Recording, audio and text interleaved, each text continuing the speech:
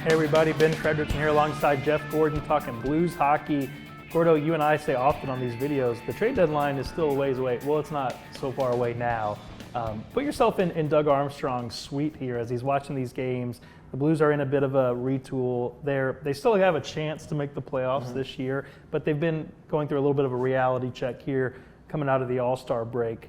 Where are you looking if you're Doug Armstrong? Pavel Buchnevich, a guy that's getting a lot of rumors in the trade mill. You've had a lot of great goaltending play this season. As teams start to separate in between teams that are playing for now or teams that are retooling, where's Doug Armstrong leaning, and where do you think he's looking at this roster as these coming final weeks come before the trade deadline? Yeah, he's not in a great position to trade rental players because a guy like Kasperi Kapanen doesn't really offer much value, for example. Sure. And obviously, Jakub Vrana just didn't work out at all.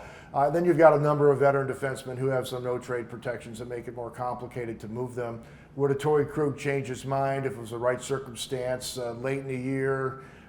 Would he do that? Maybe. But the guy I kept coming back to is Pavel Buchnevich. He's just a really good player at a pretty reasonable rate with his contract. He plays all situations. The Blues love him. He's a big part of their chemistry. He could help them next year as they bridge to the future. All of that's true.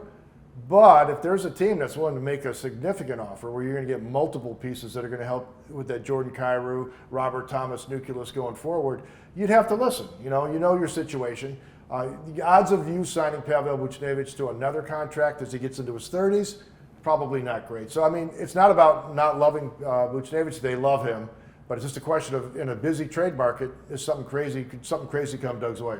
If you trade Buchnevich, are you not kicking the can of the retool down the road a little bit more? I mean, wouldn't keeping him suggest that they think they can be more competitive next season? Or do you think it totally depends on what the return is and that you could get two pieces maybe for him and then be more competitive next year without him? But that's also two bets on guys you're hoping fit your system when you know he does.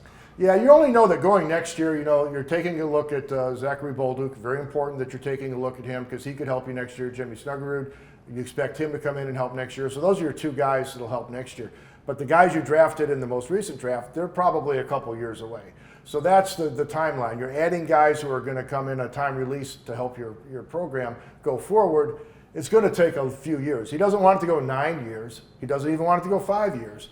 But it could take 3 to 4 years to really start get you on the upward climb. And that's kind of the decision on Buchnevich. But I do think there could be a way to get there where you could keep him and move other parts.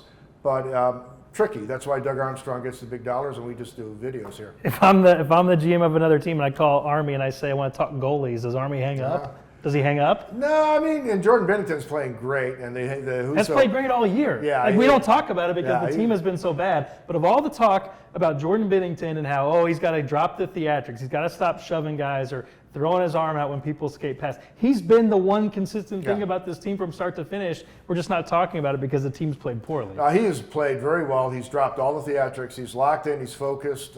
He's competing at his usual high level.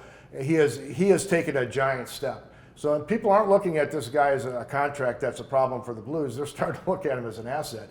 And they love Husso. Would you do it again? Well, what's the return? I know they think Jordan can be a part of them going forward, and a good goalie can make it easier to do this retool on the fly.